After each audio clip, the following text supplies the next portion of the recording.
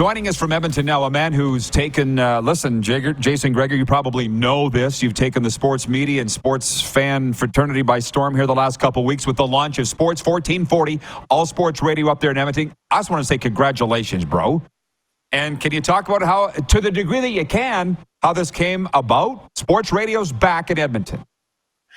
Well, thanks, Rod. It's exciting. I think sports fans in Edmonton, it's one of the most loyal, passionate sports fan bases in the country. They love their sports. They love talking all different sports. And, I just felt that there was an opportunity. And so luckily, it's a joint venture, Stingray Radio. I've worked with Susan Reed before, Jackie Ray Greening. She's in the Alberta Sports Hall of Fame. She loves sports. She's diehard. We might have to limit her. She would like curling 24/7 if we could, but so it's great to have them. And then Jay from the Nation Network, they're going to be our digital provider, which will help out and launch it. They got huge platforms digitally, so it's going to be radio and digital and all combined. And then of course now with apps and everything, Rod, it's you can listen to it anywhere, which is great. So it took a lot of just a lot of time to try to set it up, and then find people that are willing to host. And Kevin Carius has been a global for many years. Took a big leap of faith and believed in us, and so he's going to be our morning show guy. And Connor, who's been on my show for a long time, I think he's ready to host a show. He'll have a fantasy show with Brandon Douglas, and then Low Tide, who's been around forever, will do it. So we wanted to have some continuity there, and then I'll do 2 to 6, and we've got a really good guest, of different co-hosts and contributors that we'll unveil here in the next 2 weeks. Well, for our Edmonton people and audience, I'm just so happy for you guys that I went to Mount Royal College with Kevin Carius. He's my roommate in PA. I don't need to tell you how excited he is to do morning radio. You talk about 30 years at Global. He's just ready for a change. And wait, I'm not sure people are ready to meet the real Kevin Carius and his opinions and stuff. Like, you couldn't have got a better guy than him, man. No, I'm excited. Also, a great nickname, Dick Malinowski. So we'll have some fun with that. But you know what? Yeah, Kev's he's really excited, and we got a good lineup and diverse group of co-hosts and regular guests that we're going to unveil. I'm pretty excited about it, and I think sports fans in Edmonton, they're obviously excited, which makes it better. And we've got a lot of partners and sponsors that want to be part of it. So it's it's a lot of work, Rod, but I think it's sports radio is a passion of mine, and to be able to combine it with some digital stuff is going to be fun. Nothing worthwhile comes easy. You know that, my dude. Okay, anything else on this? What is it, September 5th, the launch? September 5th is when we're back on air, 100%. Will be daytime to start from 7 a.m. till 6 p.m. And then, obviously there's going to be some growth in the station. And, Stingray's really committed to wanting to make this a 24/7 sports radio station. There are some existing contracts because they had to flip the format. So, it's not all going to happen right away. So there'll be some other parts, but, we'll have some more shows. People have already called that want to have shows on there, which is great. So it'll be growth. And, I'd love to see where it's going to be in 6 to 8 months from where it is today. Yeah, no kidding. Well, good luck, my man. To another topic.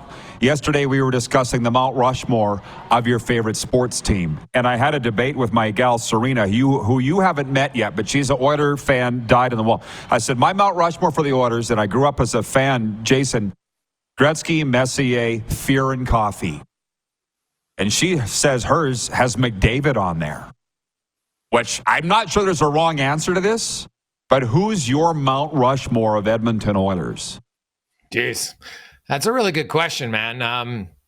Obviously Gretzky and Messier, those are pretty obvious ones. But you have Paul Coffey, Yari Curry, Glenn Anderson was unreal at crunch time. Connor McDavid is, he's kind of a freak. Leon Draisaitl always, I think, gets overlooked a little bit. Draisaitl and McDavid are still so young that, and you look at where they're going, they're a highly competitive team. I think you could easily have McDavid and Draisaitl. McDavid's there on mine right now today because I think he's that good, and Draisaitl's close, but Draisaitl probably a few more years, Rod, especially if those two guys re-sign in Edmonton, they'll end up, maybe playing more games than anyone in the history of the franchise. And I think there's a real chance if McDavid re-signs that he could pass Gretzky's record for most points as an Edmonton Oiler. Now, obviously, I know Gretzky did it in fewer seasons and stuff, and and he's the GOAT in my opinion, just because he was so dominant offensively over everybody else. But what McDavid's doing right now is like 150 points, Rod. Like, there's only 5 other guys who have done it, and McDavid has a chance to join Lemieux and Gretzky as the only players to ever have 150 points in 2 different seasons or even in consecutive seasons. And I don't know if there's many people around the league who look and say, well, I'll be shocked if he gets 150. Like, that's how good he is right now. Sure, but this is the wonderful debates that she and I have. She goes, how do you not have McDavid on your Mount Rushmore? And I said, win something. Is it unfair to say that? Well, see, to me, those are kind of 2 different things. I'm a big believer, like the Hockey Hall of Fame is an individual award. And the longer the Hockey Hall of Fame goes with 32 teams, you're going to have more guys who don't have cups because teams win Stanley Cups, I believe. And like McDavid averaged 2 points a game last year in the playoffs. They didn't win. It's not his fault that his team wasn't as good as Colorado, but he did everything in his power. So I'm not one, when I go for just a straight up individual, like Mount Rushmore's who's the best player, I would have McDavid based on his individual accolades. That's what she's saying. And I'm like, can we just chat about it? That's what's fun, Jay. That's what shows like yours and mine are built on. Hey, if you have coffee, like the better argument, if you're using like the great orders, is how's Jari Kurri not on there? Like Jari Kurri's pretty damn good too. So, the Oilers fans are pretty blessed that they went from having all those Hall of Famers, and now they're seeing McDavid and Draisaitl, who I think are locks to be Hall of Famers when their career's over, and they got lots of other good players on their team as well. So, after a decade of darkness, Rod, where 12 out of 13 years the Oilers were awful, Oilers fans are probably excited that they have a legit contending team. They're like Edmonton's a legit, when the season starts, if they're not in your top 5 teams, I'm not sure what you're watching. Who do you thank for that?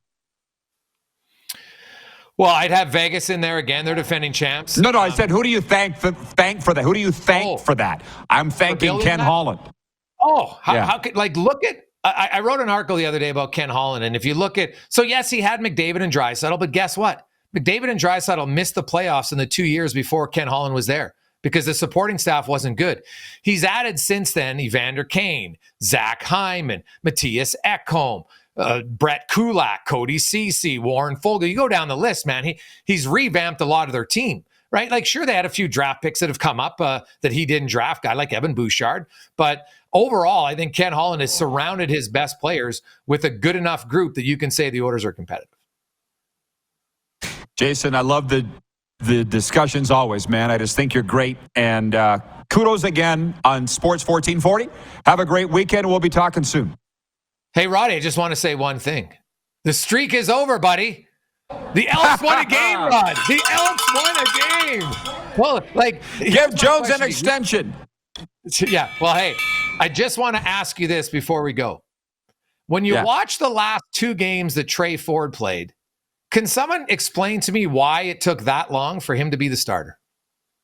I saw your tweet. What was the consensus? I'm assuming that wasn't a rhetorical question.